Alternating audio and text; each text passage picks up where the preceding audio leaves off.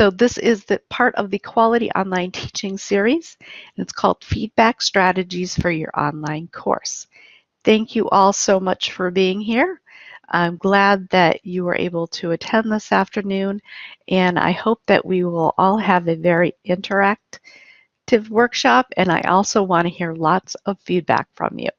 My name is Tracy Miller, and I'm the Assistant Director in the Faculty Development Instructional Design Center. The best way to get a hold of me is through my email, so I'm sharing that here with you. I love to have conversations about feedback strategies, online teaching, online course design, and of course, just questions you may have on teaching or teaching with technology. My workshop objectives for today is you will discover some practical strategies on how to communicate with your students, how to grade your students' work online, and how to support your online students, specifically in this case through feedback. So I hope that's what everyone was looking forward to today, and we'll go ahead and get started. So we do two series of workshops here in faculty development. One is online course design, a quality online course design. And there are several things that really make up an online course and what level of quality it is. This workshop in particular, we're going to be talking about delivery. So what is important about steps that you take, strategies that you do that will help you deliver an online course.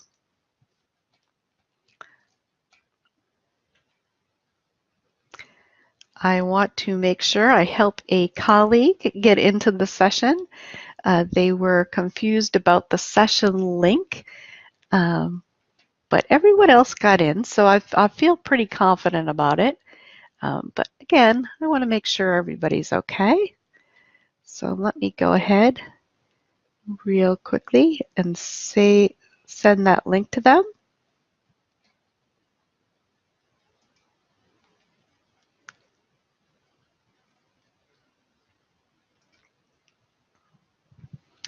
All right. This is what I get for being my own technical support.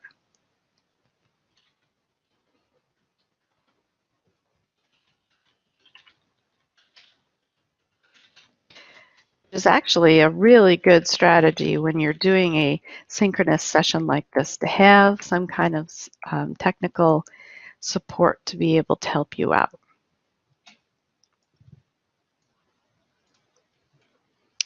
Okay.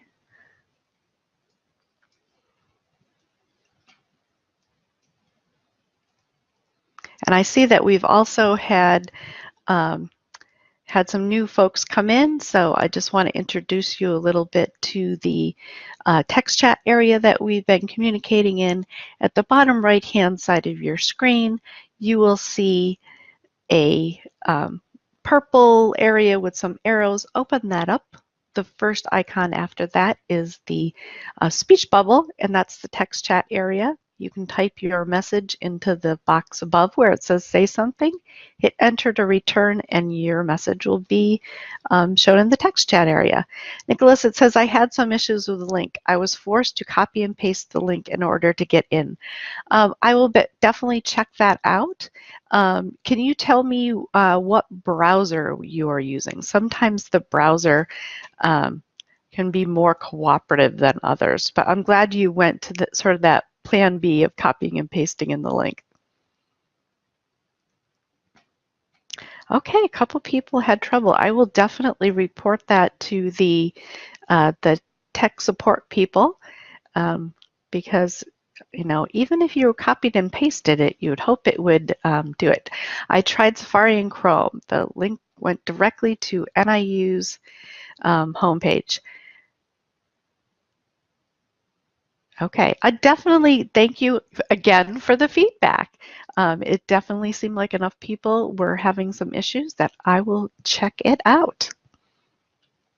So it doesn't seem to be the browser because I can see that a variety of browsers have been used. All right. So the majority of our workshop, we're going to be talking about feedback from faculty. So the feedback that you all gives your students in an online course.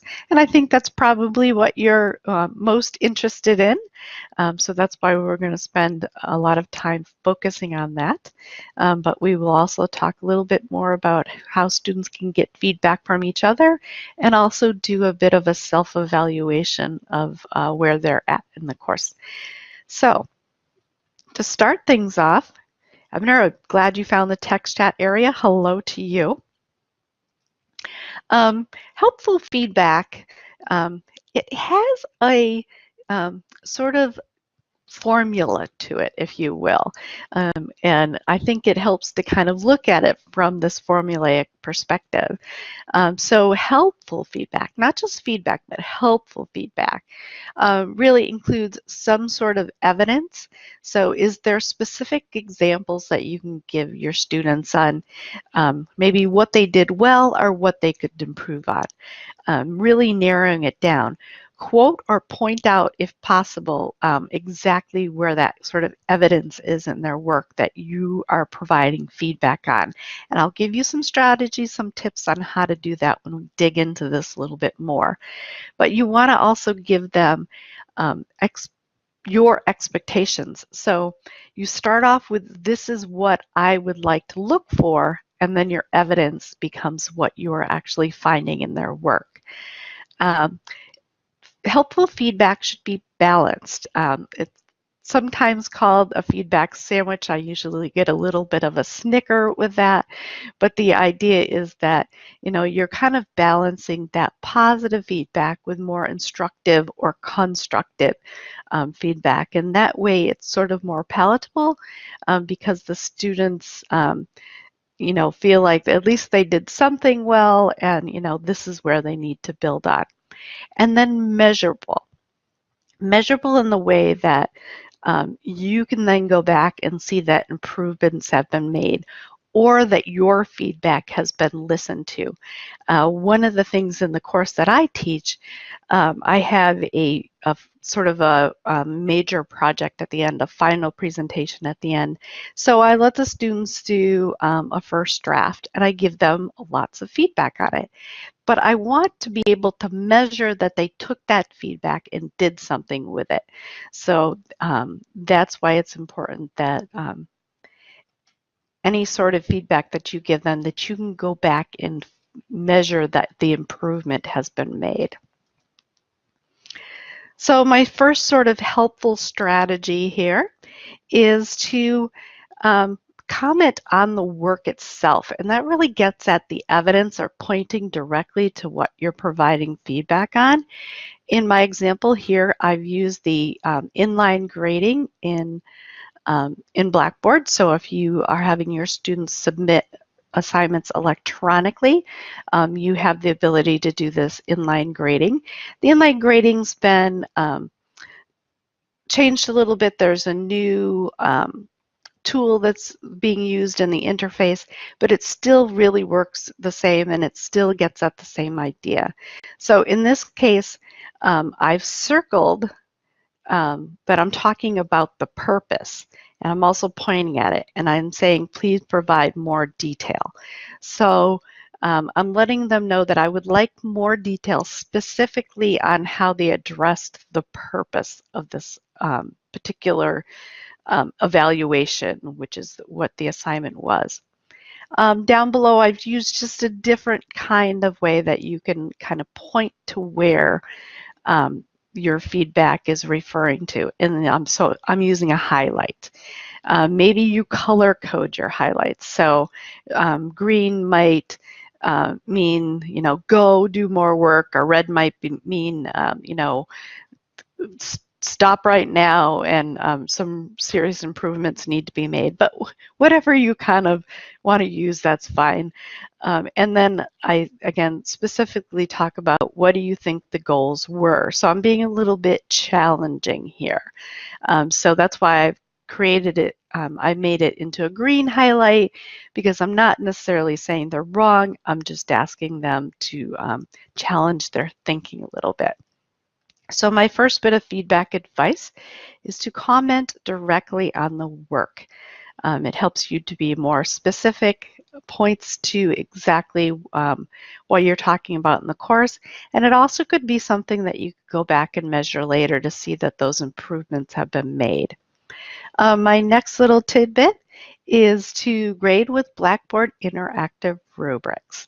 And interactive rubrics can take some time to set up initially, but they save you a ton of time when you are actually grading your students' work. You can use them over and over again, so that work up front really just continues to save you time, but it's also a really great tool for feedback. If you set up your expectations through a rubric, your students are going to understand what they were, but if they don't meet your expectations, or in this case, they even exceed your expectations, just by clicking on the box of the interactive rubric, you're already telling quite a story. In this case, the student exceeded my expectations by having more than 250 words.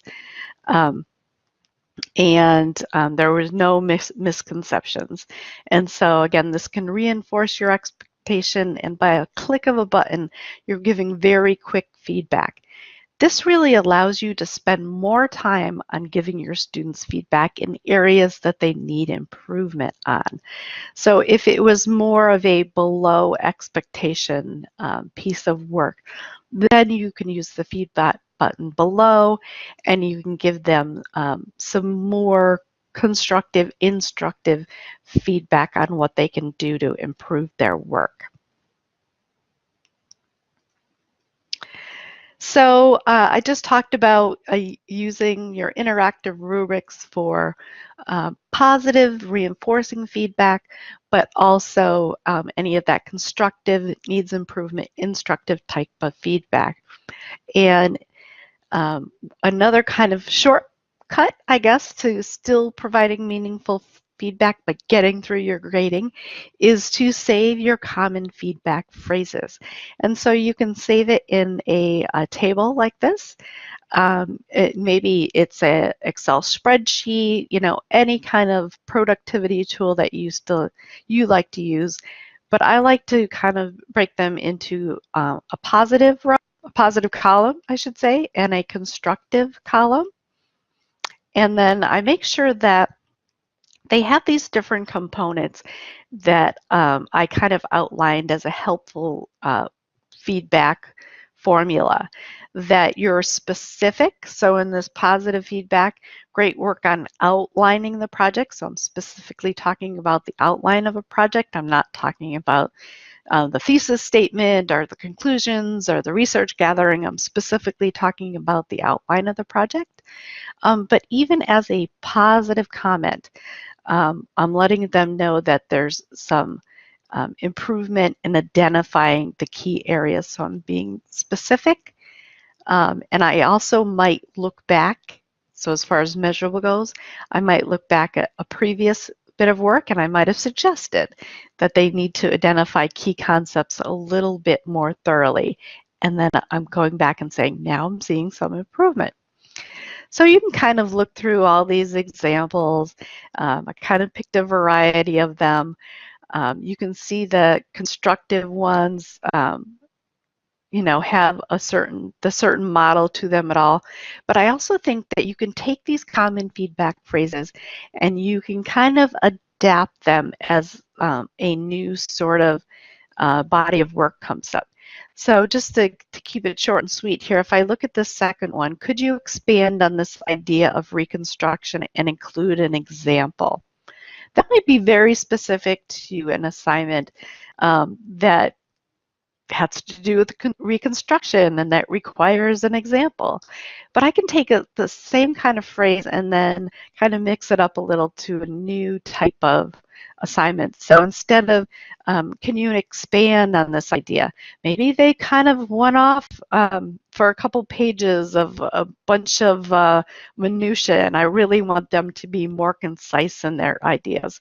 And so then I might just change the same phrase to say, could you be more concise on this idea of reconstruction and limit it to just one example? So you can see where you can kind of just build these feedback phrases over time.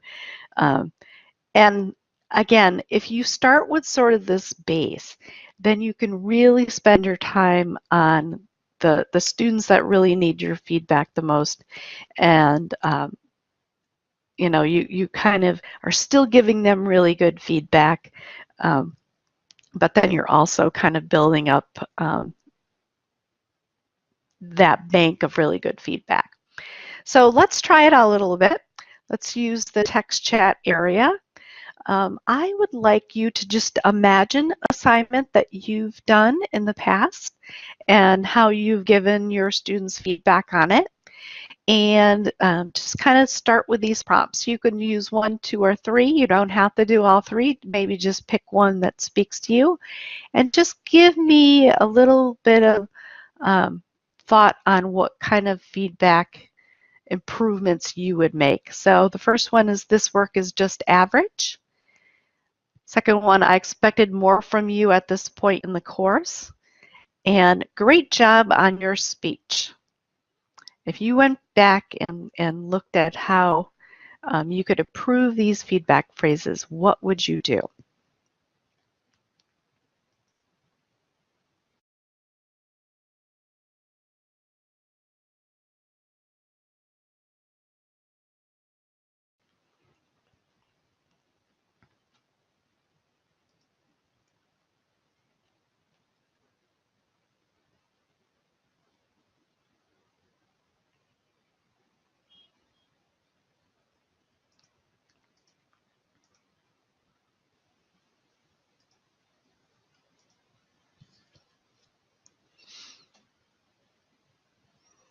I see we have a hand raised. Would you like to try to use your microphone? Or you can type it into the text chat.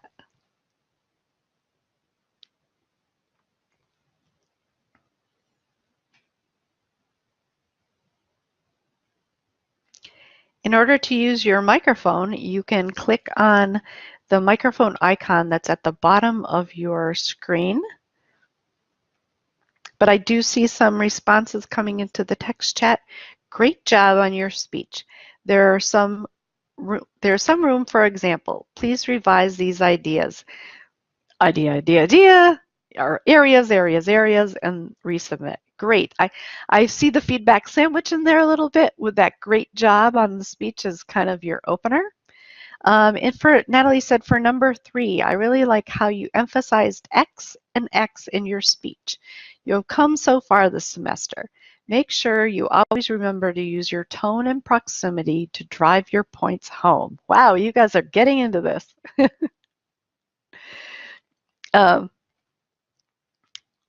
Number 3, if Shogun, if you want to expand on that a little bit, go ahead and add that into the text chat area. But I can see number 3 is really speaking to a lot of people. But Kristen has a suggestion for number 1. This is a good start. You met the basic requirements for this assignment. You can develop more in the future by expanding on key arguments with more examples. Awesome job, everyone. I think you get the idea already. So here's another one of the suggestions I have to kind of bring you into that feedback circle a little bit more, is to use media when you give your feedback to students. So you can do that through screencasts. Screencasts are tools that you can use that basically you just do your voice over whatever is happening on your screen. So you could be pointing to things on a body of work. You could be pointing to things maybe in a website that students constructed, or even if it's just directions for using the Collaborate Ultra interface, you can use a screencast tool to do that. You can also use Collaborate Ultra as your screencast tool. So if you just went in here, hit the record button and kind of walked through some things and then allowed your students to see the recording, that's another way that you could do a screencast. You could use the Helix or Media Library. So if you're going to do a recording of yourself giving feedback, for instance, if you're giving general feedback to the whole course at the beginning of a week or right after grading, and you want to see generally in this course, I'm seeing great improvements in your diagrams, but what I'm noticing is you're not providing enough detail, blah, blah, blah. And you can record those, you can record yourself using your webcam, using your cell phone. I'm going to turn my video on so you can see my cell phone.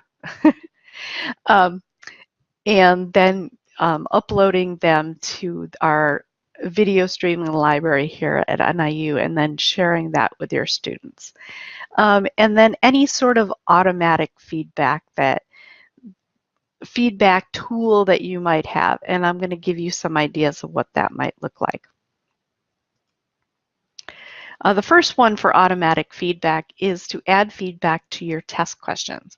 So if you've used Blackboard test surveys and pools, you might have not scrolled down far enough to see at the bottom there is this feedback. And quite honestly, when you're developing a lot of test questions and you just kind of want to get the test out there, we don't spend a lot of time in this feedback area. But if this is something that you really want to, push yourself to that next level of feedback, it works really well. So you get two options. You can add any sort of feedback to a correct response. Again, it might be positive reinforcement.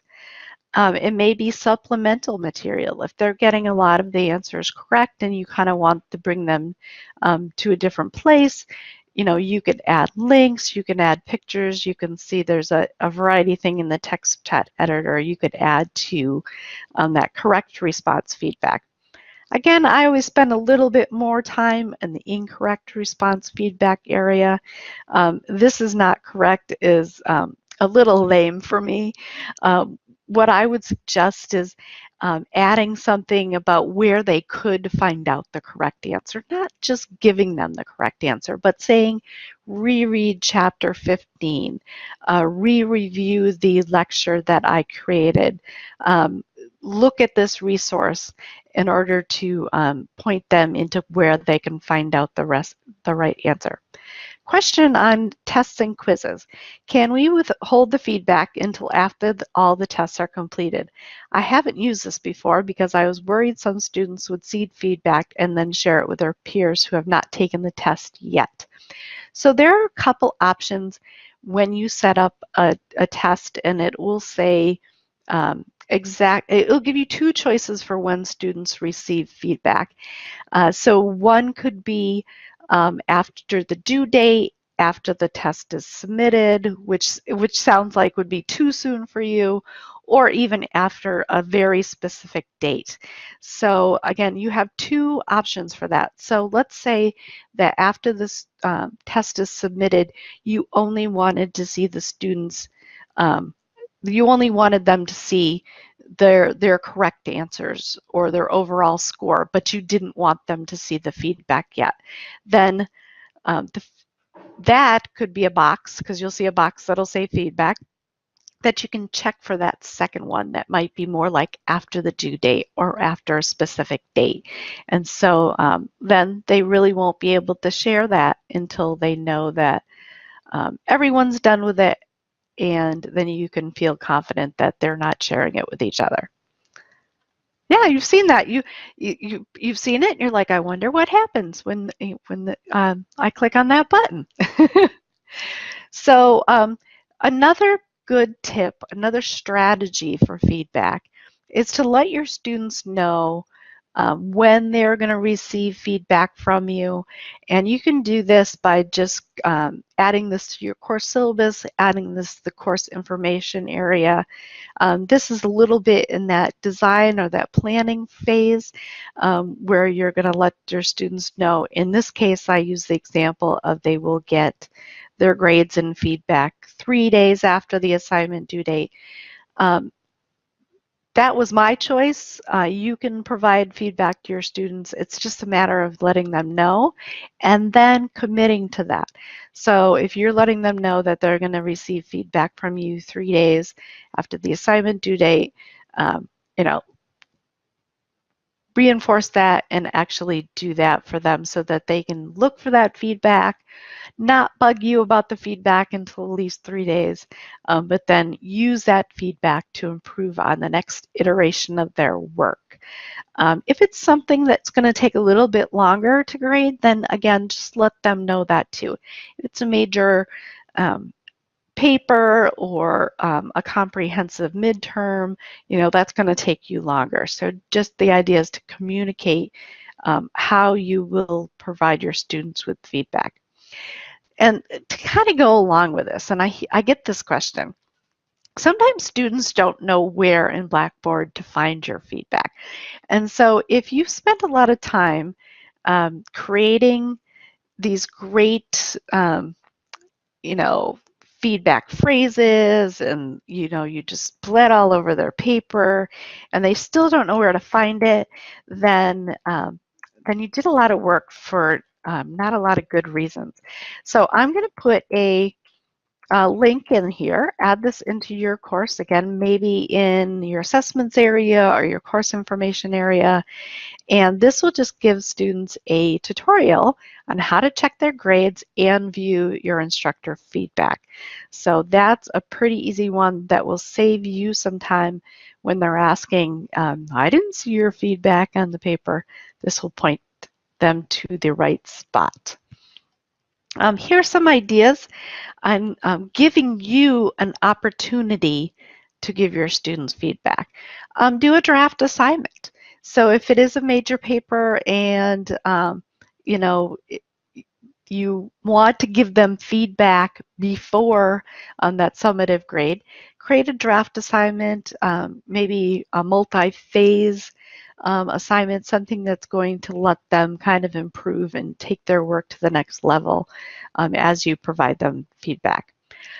Do some whole course feedback. That could be in your announcements at the beginning of the week. This is how I feel like the course is moving. It could be feedback immediately after you're done with the grading. It could be feedback that you give in a synchronous session if you're hosting some kind of office hours. I do an office hour right before we start our major project at the end of my course. And so they're just getting started on it, but if they just want to brainstorm some ideas and get my feedback on that, I do that in that office hour. And then I want to hear from you. Share some of your ideas of how you've incorporated feedback into your course. And if you haven't taught online yet and it's something that you do in your face-to-face course, share that with us too, because I'm sure that some of those ideas can be translated into an online course. So use the text chat area and share out some ideas.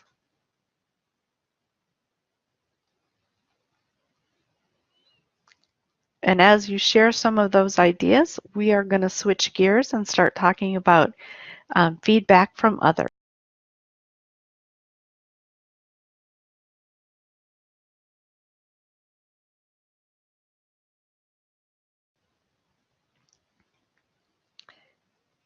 And if you are sharing any, then I will read them off as they come in. But just in the interest of time, feedback from each other. What am I talking about here? I'm talking about different tools that you may use, different strategies you may use for your students to get feedback from each other or their peers. What types of things can you do, environments that you can create that will allow the students to interact and feel safe about giving each other feedback and receiving feedback from each other. The other one I'd like you to consider is experts.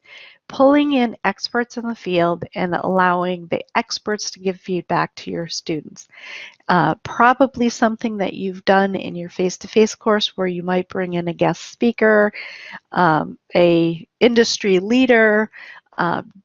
Don't pull that out of your online course because you think that's something that can't be done.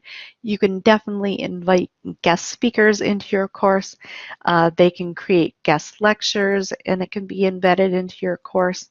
I've even done guest discussion board hosts. So I will ask an expert in the field to participate in a discussion board over a couple of days so that the students are asynchronously asking questions, asking for feedback from an expert maybe on the project that they're working from. And those experts will be able to tap into that discussion board and give those students that feedback.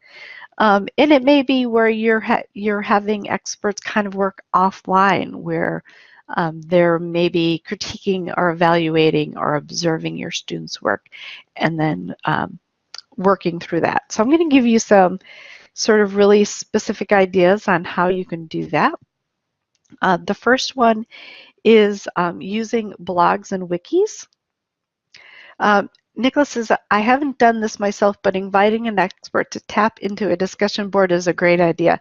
Yeah, and I think it's interesting because you're not asking your expert to commit to a very specific time, like Tuesday at 8 p.m.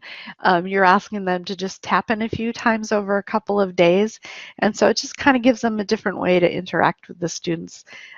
And what I love about discussion boards is you can see all of that feedback and you have sort of that evidence of all that feedback taking place in the discussion board. I'm glad you like the idea. So here's some ways that some interaction can take place between your students. So if you're using blogs or wikis, whether that's the Blackboard Blogger Wiki or an outside Blogger Wiki tool, the students can comment on each other's work. So let's say we're asking them to synthesize 3 articles into sort of a blog article type of post. And then other students are asked to give them some feedback, some comments on that. They can do that through a blog tool. The next tool I'm going to talk about a little bit, we have been piloting here at NIU. Right now we have a limited license to see, again, if we like it, if we think there's some value in it. It's called VoiceThread. And the way VoiceThread works is you can use actually a variety of different multimedia, but just to kind of break it down into its simplest format, you can create a PowerPoint, put it onto VoiceThread, record your voice over it, which we do with PowerPoint, we do with other things. But the interesting thing about VoiceThread is then your students can go in there and as they're watching the VoiceThread, they can interject their comments into the slides, into the audios when it's important to them. So let's say you've thrown out a question maybe 3 minutes into a presentation and you want your students to answer the question or comment on the concept. The students can watch that and they can actually chime in with their own voice. How can I access VoiceThread? Well, like I said, right now we have a limited pilot going. So once we have more information from that pilot, we will share it out with everyone and hopefully have sort of a enterprise level instance of VoiceThread. So more to come. A little sneak peek maybe, our Teaching Effectiveness Institute that's coming up on January 11th. We will be highlighting how to use VoiceThread. So if you want to kind of put a save the date on your calendar, more to come on July 11th. Then any sort of annotation or editing tools that you might have, whether that be just using a Word document where you're using kind of review and comments and track changes kind of thing. That is a way that your students can also make comments to each other. It could be on OneDrive. If you're sharing documents and you want students to comment on any documents or spreadsheets or any of that that's used in OneDrive, you can do that. So there's ways to do it out there. You just need to know where to find it. As far as what to consider when you're doing any kind of student-to-student feedback interaction type activities, think about what it means to have some group dynamics. You want to make sure that your students are polite to each other, that they're civil to each other. Yes, you want them to challenge each other. You want them to engage in dialogue, but you want to make sure that they're also being kind to one another. So if you are using groups, you might consider some team contracts, any kind of etiquette guidelines that you can provide to them that will help their feedback abilities strengthen a little bit.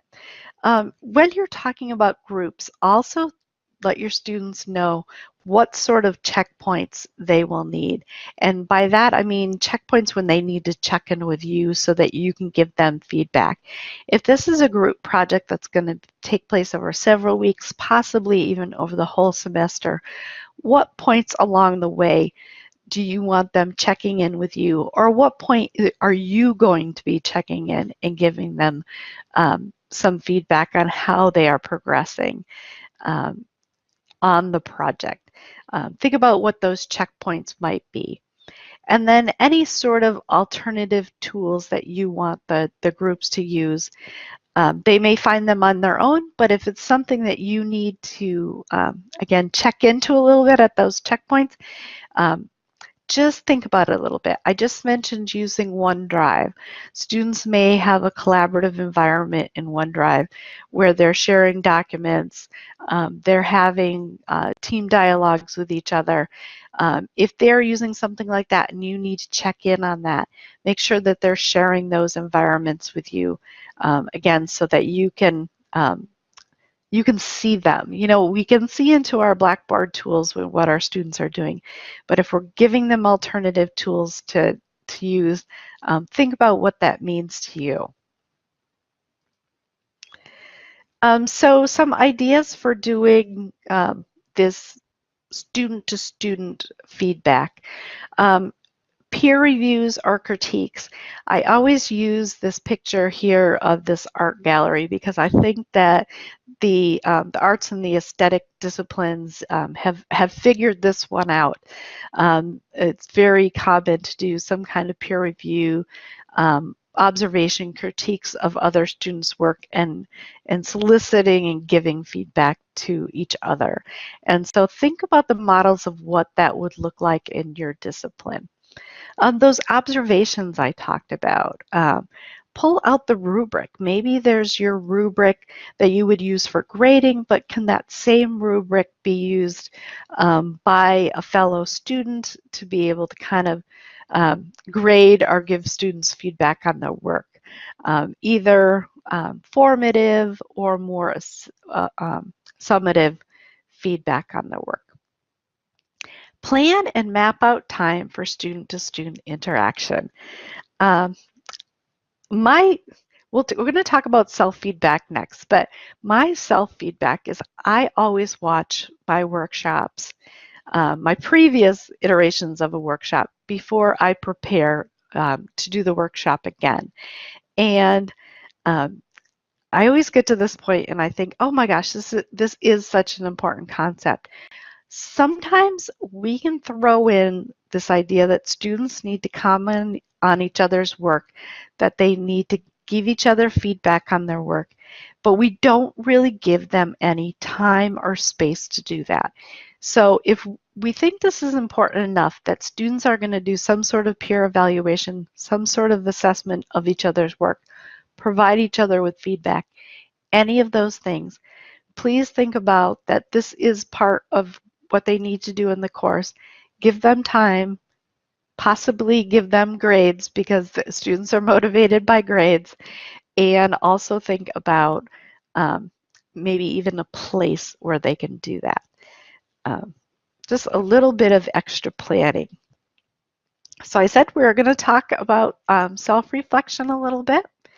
I also like to encourage everyone to reflect on this workshop. Give yourself your own sort of feedback on maybe plans that you would like to take from this workshop and move them into your course, into your online course. Time and space is similar to student interaction. If it's important for you that your students reflect on their work, that they do some sort of self-check, that they do any sort of reflection exercise, that you give some value to that by giving them some time in their week to do that. Give them space on Blackboard or other tools. Blackboard has a reflection journal. In my course, I use the reflection journal every week with my students.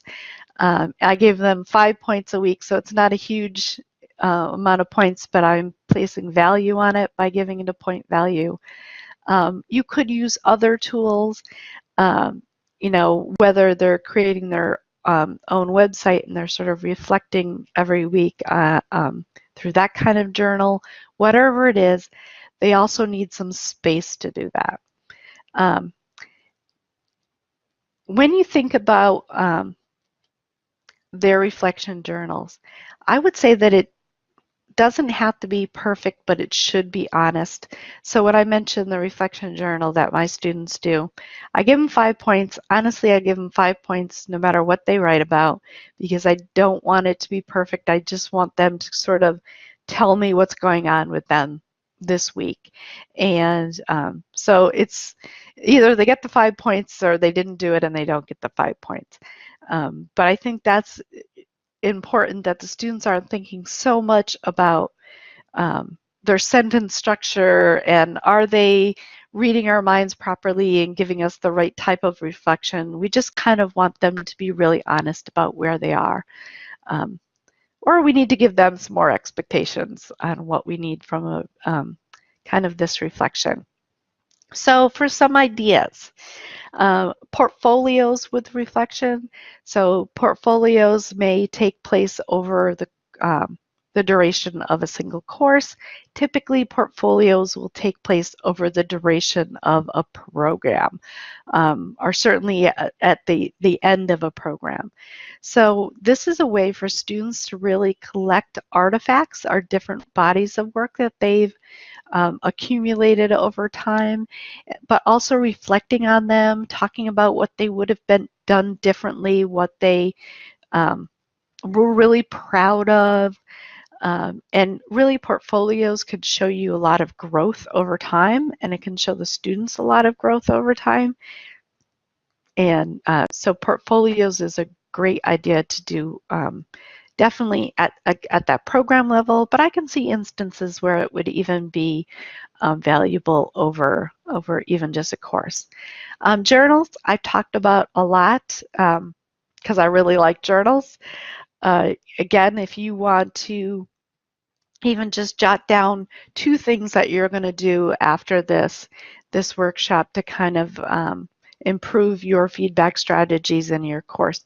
You're sort of journaling about it, and when you write it down like that, you're kind of making it real, right? So journals are great for our own reflection, but it's also great for the faculty members to see their students' journals, to be able to tap into them and help them on that one-on-one level of connection with a faculty that can be more absent in an online course. Self-scoring, again, can a student pull out that rubric? Can they honestly kind of critique their own work and score themselves before they turn it in? There could be something else besides a rubric. Are they just checking boxes on some things that tasks that need to be accomplished? You know, any type of self-scoring mechanism that you have, I could see where maybe something like If it was down to vocabulary or concepts, could the students create some kind of knowledge check flashcards? You know, you're all very creative. I know that you can come up with different ways in your course to have the students to be aware of where they're at through their own critical reflection of their work. This last one is a little scary. How do students give you feedback? And there's the course evaluation that we give our students at the end of the course. Many of the online courses use Blue evaluation. Assessment services can help you work through a course evaluation that's going to be online for your online students. Of course, those questions are determined by your department. With the Blue evaluation, you do have an option of adding some of your own questions to it. So if there's something particular that you want to know about, you could add those into the course evaluations. But here's some ideas I think that can really expand on that. One is to give a mid-semester course evaluation. That can be something that you use Blackboard surveys with, or Qualtrics surveys is another enterprise level survey tool we have at NIU. I will often take those same end of course evaluation questions and give them to my students at mid-semester, so there's no surprises by the end of the semester. Hopefully we've worked out any kinks. Another tip is to review your question and answer forum. So if you are using a question and answer, a help type of discussion forum in your course where you're just simply saying what's kind of going on in the course, what questions you have, I will answer them. Go back, this is feedback to you, go back and read through that question and answer forum. And if you see that questions are popping up frequently, or maybe frequently like semester after semester, or there's one that misconception or concept that the students were really having a lot of difficulty on, that is feedback to you that you know, they need some more scaffolding for a concept. If it's something like I can never find the quiz 3, then you know that maybe you need to move quiz 3. Similar to the feedback that I received from all of you at the beginning of this workshop about the link not working correctly, that is feedback to me that I need to check that out and make improvements on that. So that is something where you don't even really need to ask the students for that. They will just sort of give it to you, right? So take a moment to review that and make some changes. The workshop coming soon. Workshop survey coming soon. Oh, I know what that is. That was a bad place to put that. But that is my final way that I'm going to find out what you think of this workshop. And that is going to be sent out right now, since I did think about it. I'm going to add it into the text chat area. If you'd like to give me feedback right now while you're thinking about it, then I will be able to know that and make improvements for the next time I do this workshop. So I appreciate that. I will also send out the survey in a follow-up email. So if you don't get a chance to do it now, you can do it later. Also included in that follow-up survey will be the recording link. So you will be able to go back and watch the recording of this, maybe to review or to clarify anything that maybe I went over too quickly. But I am willing to entertain questions right now. So if you have any questions for me, we have about 5 more minutes together. So that sounds like a good time to answer some questions. I will also pull up some information about VoiceThread, since we had a question about that earlier. How do you invite experts outside of NIU to gain access to Blackboard discussion boards? There is a guest login that you can require, and I will send out, that will be on my list of things to send out more details on. But basically, they get a guest account and they are invited into your Blackboard course, but you limit what they can see in the course. So if you only wanted them to see your discussion boards, that's all that that guest expert would be able to see. Obviously, you wouldn't want them to be able to see the grade center or maybe other pieces of content. So again, that guest access is needed, and then you limit where they can go within the course. I'm writing that down so I remember to send that out with a follow-up because there's a couple steps to that. Will third-party writing tools, Apple Pencil, Surface Pen, work with Blackboard? They do actually. The way that works is if you were using, for instance, Collaborate Ultra, and you were going to use it on a iPad, and you were going to use a pencil or Surface Pen, like you mentioned, you would be able to see that on Collaborate Ultra. So I'm not using an iPad, but I'm going to use the pencil tool because it would look very similar. It would be neater because I'm using a mouse to do that. But you could definitely put an overlay of a graph or something, and again, use your pencil or pen to draw on a Ultra session.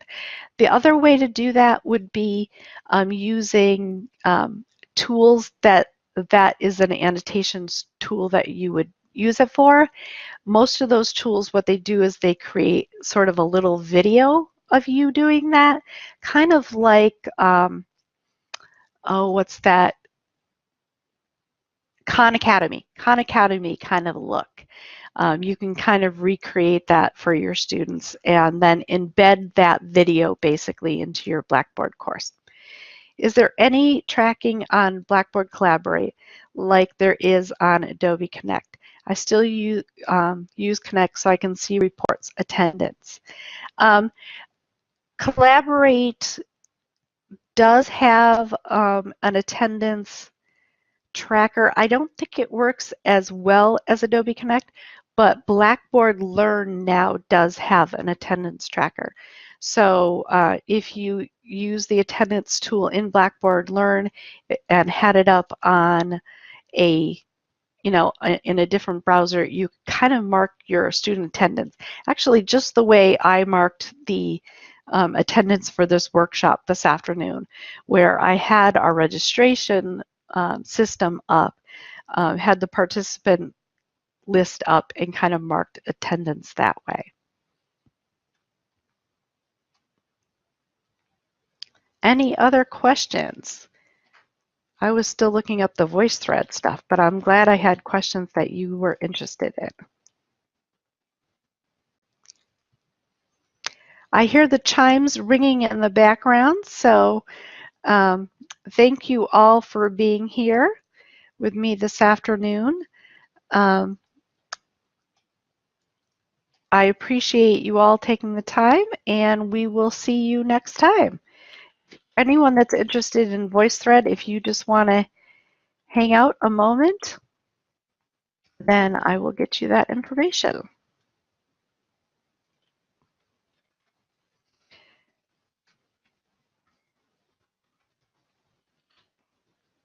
You're welcome, everyone.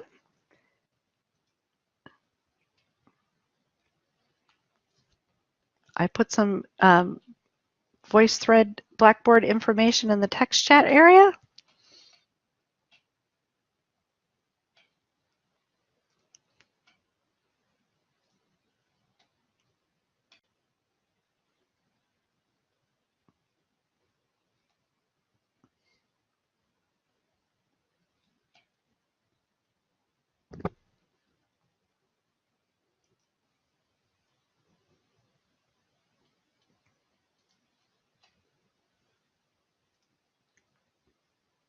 You're welcome. We'll see you next time, Abner.